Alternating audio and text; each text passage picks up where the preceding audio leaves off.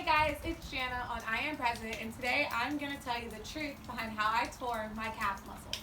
So, last week we had a pep rally, and we had a student versus teacher dance-off, right? So, the whole week prior to the dance, we've been practicing, and there's this part of the dance where we're at the very beginning, we run in, right? And we're getting all hyped when we run in, and the whole time we practiced it, I've been jogging in, right? Well, the day of the pep rally, I got pretty excited, I guess, because I took off running full speed. And I heard like this popping and a snapping noise all at the same time. And I honestly thought someone dropped something, right? So I literally am running out there and I looked beside me and I'm like, what dropped? And I didn't see anything. So as I'm turning back, I put this foot down. I'm like, oh snap, that's me. I popped, right? So I'm like, okay, this is a Charlie horse because it felt like a Charlie horse. So I kept running and I was like, oh man, this is an extreme Charlie horse, right? So I continue on with the dance, and as I'm dancing, I'm telling my friend Natalie, my coworker, I'm like, oh my gosh, I think I pulled a muscle, right? And I keep dancing, and I'm like, okay, Charlie horse, pulled muscle, I'm not sure. So I get done dancing, and I sit down, and I'm like, okay, this is just a really extreme Charlie horse. But the pain was not going away. So I tried to stretch it. Long story short, my husband was like, look, you need to go to urgent care because that's not no Charlie horse, Jana.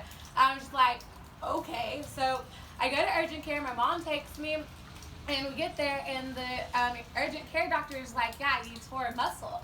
And she said, you need to go to the orthopedic doctor to see if you need surgery. And I'm just like, whoa, I tore a muscle from a student dance-off. Wait, not even a student dance-off, running in to do a dance. I didn't even do the dance. I can't even say that I tore my muscle doing a teacher versus student dance. I tore my muscle running in to do a student versus teacher dance. Crazy. Anyway, the craziest part of this is that I've played sports all my life and I've never torn anything, never had to be on crutches, and lo and behold, I have to be on crutches from a student versus, running in to a student versus teacher dance-off. Ridiculous. But anyway, I've actually learned some things through this element of mine. One is I've learned to be thankful for those everyday things that we usually are just like, oh, it's just a part of life, right? Like getting up to go to the bathroom. I'm not complaining, but y'all, it is a workout for me to just go to the bathroom.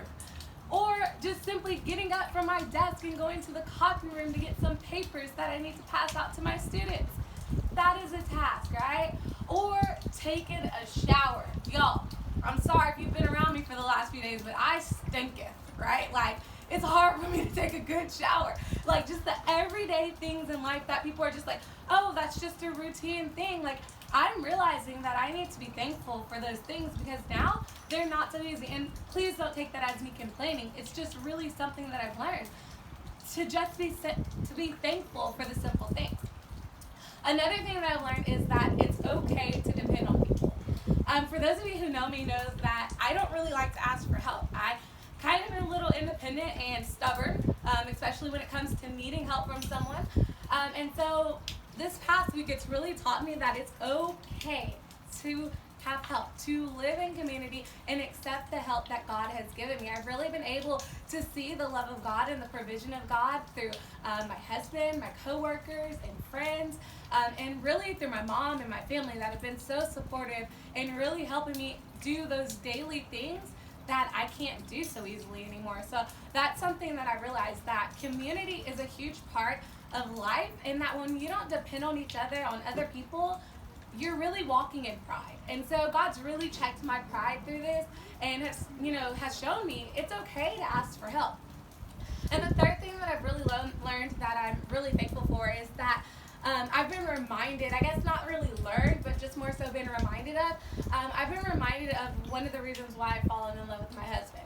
So when we were friends, we weren't even engaged at this time, I ended up getting a concussion from yours truly, the cameraman.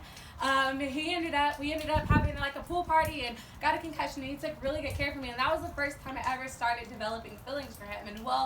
And since I've been on crutches, he's done an amazing job taking care of me. And as y'all know, marriage is rough, and I've shared with you, the ups and downs of our marriage.